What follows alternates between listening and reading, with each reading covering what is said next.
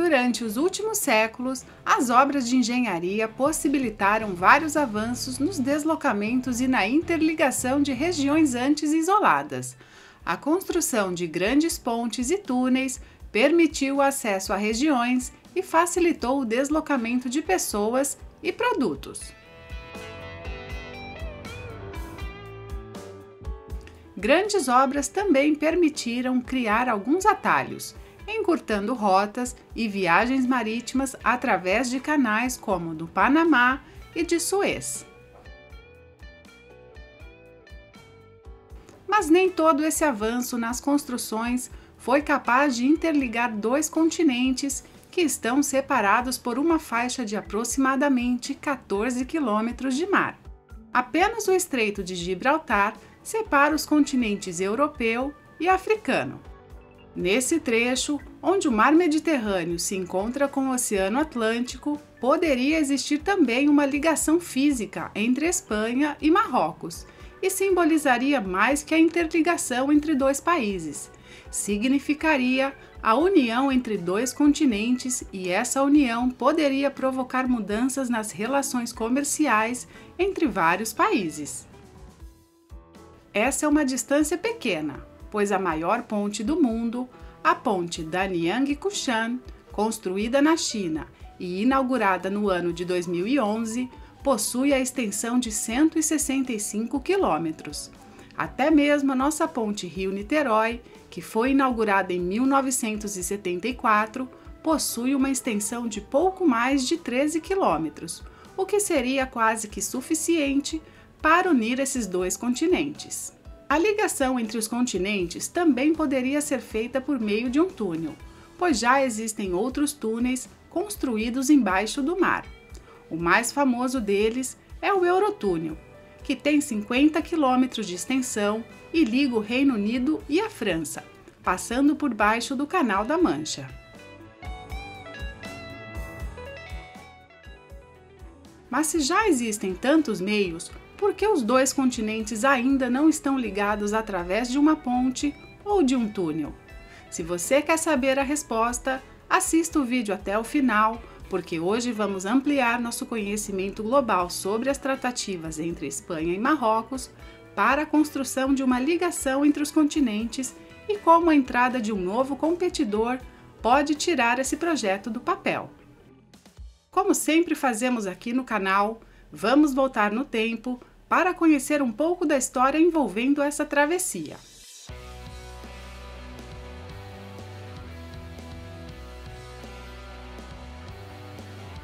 A primeira vez que surgiu um projeto para interligar os dois continentes foi em 1869, e a ideia era a construção de um túnel. Um engenheiro francês apresentou um projeto e conseguiu a concessão do governo espanhol para a execução da obra. O projeto contava inclusive com financiamento para sua execução, porém, devido à instabilidade política naquele momento, o projeto não teve sucesso e seu idealizador acabou falindo. Cerca de 2 décadas depois, em 1883, um engenheiro naval espanhol chamado Andrés Avelino Colmena y Batalla apresentou um projeto que ligaria a cidade de Tarifa, localizada na Península Ibérica, à cidade de Ceuta, uma cidade espanhola situada em território africano. O projeto possuía orçamento de 60 milhões de dólares em valores da época e um prazo de execução de 10 anos. Esse valor, atualizado para 2022, seria de aproximadamente 2 bilhões de dólares. A extensão do túnel seria de 19 quilômetros e o projeto também não saiu do papel. Alguns outros projetos surgiram, mas ficaram pelo caminho. Porém, em 1918, uma reunião em Paris poderia ter mudado o rumo dessa travessia e de outros países do mundo. Em abril deste mesmo ano, em uma reunião da Sociedade de Engenheiros Civis, foi apresentado um estudo de uma linha de trem que ligaria a cidade de Paris até o porto de Dakar, no Senegal. Para a realização dessa linha, estava previsto a construção de um túnel passando por debaixo do Estreito de Gibraltar. O interessante desse projeto é que ele contemplava a construção de diversas estradas de ferro no norte da África e na América do Sul. O objetivo era a interligação de diversos países, como Peru, Chile e Argentina, Pernambuco. Com esse projeto, a rota mais utilizada para o transporte de mercadorias entre os 3 continentes seria a que ligava a cidade do Nordeste brasileiro com Dakar. Nessa época, a França era a grande potência colonizadora do norte da África, e a construção de toda essa infraestrutura facilitaria a extração dos recursos naturais explorados. O projeto continuou sendo debatido até a década de 1930, mas caiu no esquecimento. Provavelmente, a crise de 1929 impossibilitou o financiamento. Ao mesmo tempo que essa proposta era discutida, surgiram outras, quase sempre adotando a solução de túnel.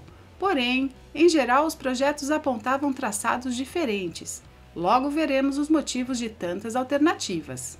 Nesse período, também surgiu um projeto megalomaníaco, que previa construir uma barragem no Estreito de Gibraltar e reduzir o nível do mar Mediterrâneo.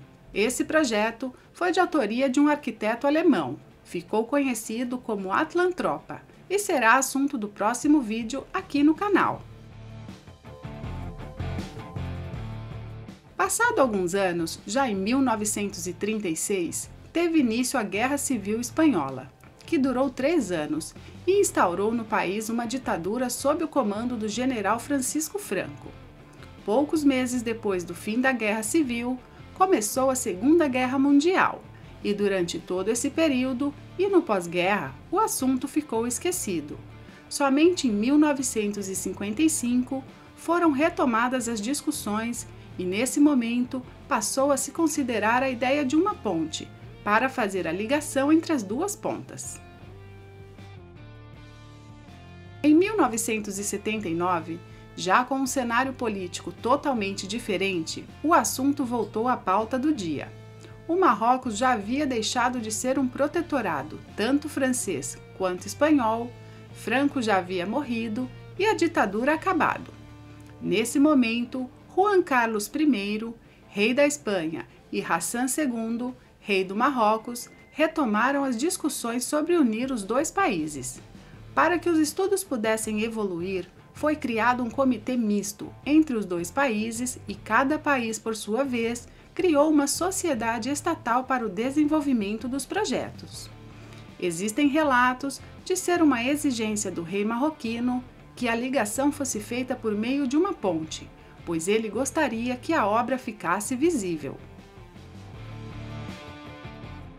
Os estudiosos passaram praticamente toda a década de 80 debatendo a melhor maneira de executar a ideia e concluíram que existiam 2 maneiras possíveis: executar a travessia através de um túnel ou de uma ponte suspensa. Mas deixando de lado as alternativas construtivas, vamos falar um pouco das dificuldades para a realização desse projeto e talvez encontraremos os motivos pelos quais essa obra ainda não saiu do papel. A primeira dificuldade é devida à profundidade do Estreito de Gibraltar. Como já dissemos, as margens espanholas e marroquinas estão a aproximadamente 14 quilômetros uma da outra no ponto mais estreito. Pode parecer óbvio que esse é o melhor ponto para a realização da obra, porém, nesse ponto é exatamente onde estão as maiores profundidades, o que tornaria inviável tanto a execução de uma ponte, que exigiria pilares com alturas maiores que o prédio mais alto do mundo e, por consequência, com largura e comprimento também colossais. A profundidade nesse ponto chega a 900 metros, profundidade que supera também o túnel subterrâneo mais profundo já construído até hoje, que está na Noruega e chegou até 292 metros de profundidade.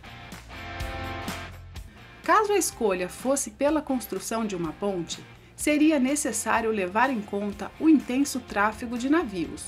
Hoje, por exemplo, cerca de 300 navios passam diariamente pelo estreito, pois além de todos os navios que partem e chegam aos portos do Mediterrâneo, o local é rota de passagem dos navios que se dirigem à Ásia através do Canal de Suez.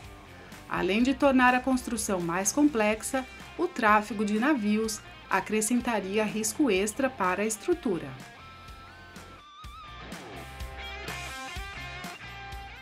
Apesar dos riscos e dificuldades, alguns projetos de pontes foram apresentados.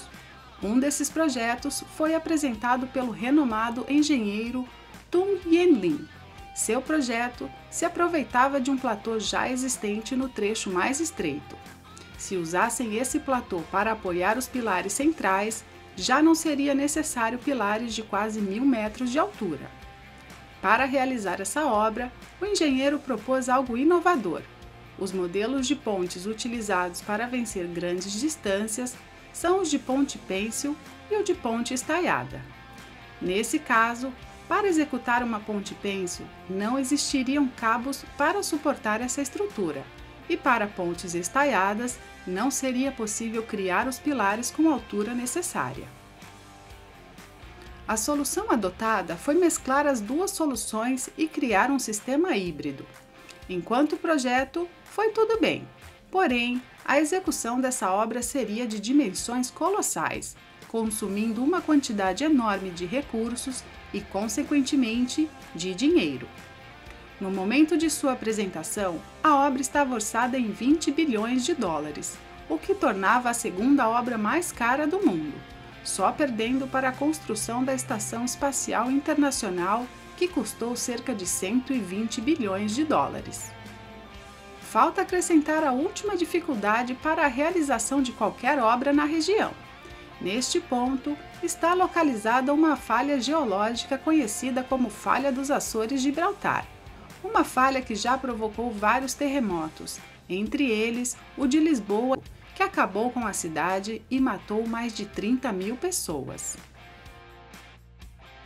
Com as pontes praticamente descartadas, seja por alto custo ou por outras dificuldades, os dois países apostaram pelo projeto do túnel e inclusive chegaram a iniciar escavações.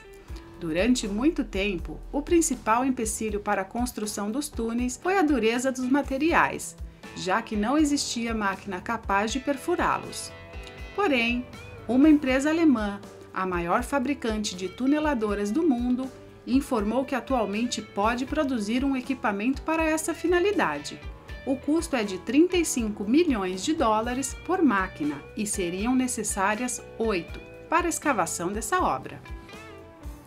O projeto prevê a construção de 3 túneis, sendo 2 para a circulação de trens de alta velocidade em sentido único e um túnel central para manutenção.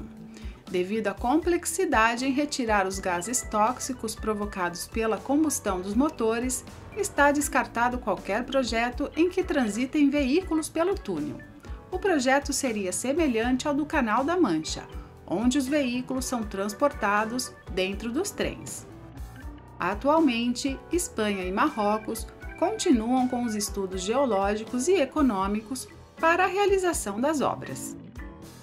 Até aqui fica evidente que questões técnicas e financeiras travaram o andamento deste projeto. Porém, a verdade é que as relações entre Marrocos e Espanha estão longe de ser favoráveis, e os motivos para os desentendimentos são vários, começando por disputas territoriais. O Reino do Marrocos reivindica como parte de seu território as cidades espanholas de Ceuta e Melilla, que ficam no continente africano, fazem divisa com Marrocos e estão sob domínio espanhol há mais de 500 anos. Além dessas duas cidades, ainda existe a briga pelas Ilhas Canárias. Também existe uma disputa pelas áreas de pesca. Boa parte da frota pesqueira espanhola necessita pescar em mares que estão fora das águas pertencentes à Espanha, mas precisamente nas zonas costeiras do Saara Ocidental, que, como já contamos no último vídeo, estão envolvidas em um conflito que envolve os dois países. Atualmente, o conflito pela pesca está resolvido com um acordo entre Marrocos e a União Europeia que recompensa financeiramente o país africano pela pesca realizada na região. Mas o acordo é de curta duração e pode haver novas disputas entre os vizinhos. Existe ainda a questão migratória. A União Europeia paga para países como Marrocos realizarem um controle de fronteiras em seu território. Dessa forma, os imigrantes são impedidos de chegarem ao continente europeu. Porém, o Marrocos se aproveita desse controle e a cada crise com a Espanha faz vista grossa para que os imigrantes possam chegar até o território espanhol. Na última crise, em 2021, mais de 8.000 imigrantes cruzaram as fronteiras na cidade de Ceuta, sem que o exército marroquino tomasse nenhuma atitude para impedi-los. Mas nem tudo está perdido com relação a uma união entre os dois continentes. Após mais de 150 anos de estudos e discussões, um acontecimento recente pode finalmente tirar a ideia do papel. Com a assinatura do acordo de retirada do Reino Unido da União Europeia, conhecido como Brexit, o rumo dessa obra pode mudar. Na busca por novos parceiros comerciais, o Reino Unido já assinou acordos de comércio com o Marrocos. Com essa necessidade de abrir outros mercados e a aproximação entre os dois países, começou a circular a notícia de que o Reino Unido possui interesse em interligar o seu território com a cidade de Tânger, onde está localizado o maior porto de Marrocos.